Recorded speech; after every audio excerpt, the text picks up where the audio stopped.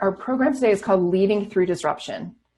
You know, I wanted to talk for a minute about what is disruption. Well, when we go to the store and we see shelves like this is clearly disruption. I took this picture a few weeks ago, and it's radical change, and it's life and business happening differently to us, for us.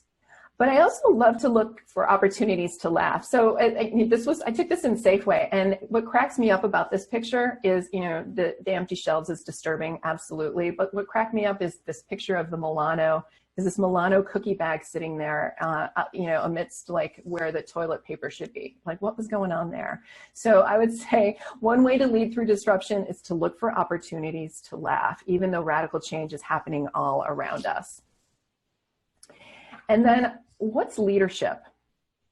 So I have, as you can see, I love books. I was an English major at Colgate. I love to read. Excuse me, I have lots of leadership books behind me, but I'm going to sum it up. And I'm going to say in 3 sentences, it's seeing a need or sensing a need and then taking action. So seeing a need is, okay, hand sanitizer. For some reason, we can't find hand sanitizer anywhere in this country.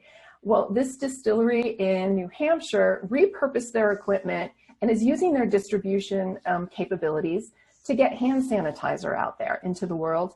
And then I love also that they're donating $1 of every bottle to a nurses association in New Hampshire. I just love how they're combining their business capabilities with the community and really taking action.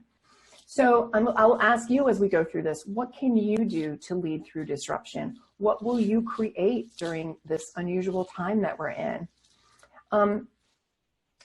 And how will you use your strengths?